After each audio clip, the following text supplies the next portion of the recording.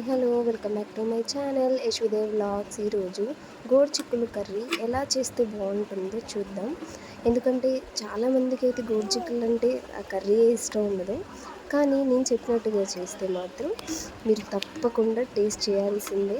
ఇలా చేస్తే చాలా బాగుంటుంది. ముందుగా అయితే ఉడకబెట్టేసుకున్నాను, ఎందుకంటే మగ్గడానికి చాలా టైం పడుతుంది కాబట్టి ఉడకబెట్టేసుకొని బాయిల్ చేసేసుకొని ఆనియన్స్ అయితే కట్ చేసి పెట్టుకున్నాను. ఇంకా కడాయి పెట్టుకొని నూనె పోసుకొని పోపు గింజలు, జీలకర్ర, ఆవాలు వేసాను అన్నమాట.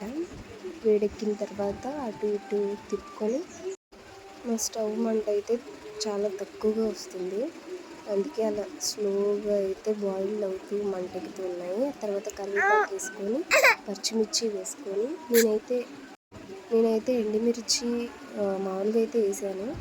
తర్వాత ఆనియన్స్ వేసుకొని అటు ఇటు కదిపి అవి కలర్ వచ్చిన తర్వాత కొద్దిగా పసుపు వేసి మూత పెట్టేసుకోవాలి. ఒక 2 minutes అట్లా పెట్టుకున్న తర్వాత 2 minutes అలా పక్కన పెట్టుకున్న తర్వాత అల్లం వెల్లుల్లి పేస్ట్ అయితే వేసాను. అందులోనే వేసాను, ఎందుకంటే పచ్చివాసన అంతా కూడా పోద్దని చెప్పేసి అందులో వేసి తర్వాత ఉడికిన తర్వాత అవి మళ్ళీ మనం వడపోసుకొని పక్కకు తీసుకోవాలి. ఈ గోరు చిక్కుళ్ళు అయితే ఫ్రిడ్జ్లో పెట్టి నల్లగా అయిపోయాయి. తర్వాత అవి కలర్ వచ్చిన తర్వాత వేసేసేయాలి.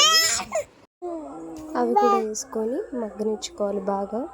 అవి కూడా మగ్గిన తర్వాత ఒక 5 minutes అలా, ఆల్రెడీ మనం ఉడకబెట్టేసాం కాబట్టి కొద్దిగా అలా మగ్గనిస్తే బాగుంటుందని చెప్పేసి అలా వేసి మగ్గనిచ్చాను. మూత పెట్టేసి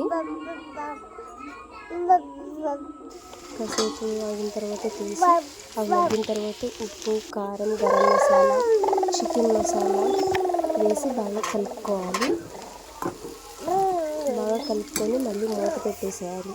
మూత పెట్టిన తర్వాత ఆ కారము పచ్చి అంతా పోద్దన్నమాట. ఒక 2 minutes అలా పెడితే తర్వాత ఎగ్ అయితే 2 boiled eggs అయితే తీసుకొని అయితే వేసాను. అలా మిక్స్ చేసుకొని మూత పెట్టేసుకొని బాగా కలుపుకున్న తర్వాత ఈ విధంగా అయితే వచ్చింది.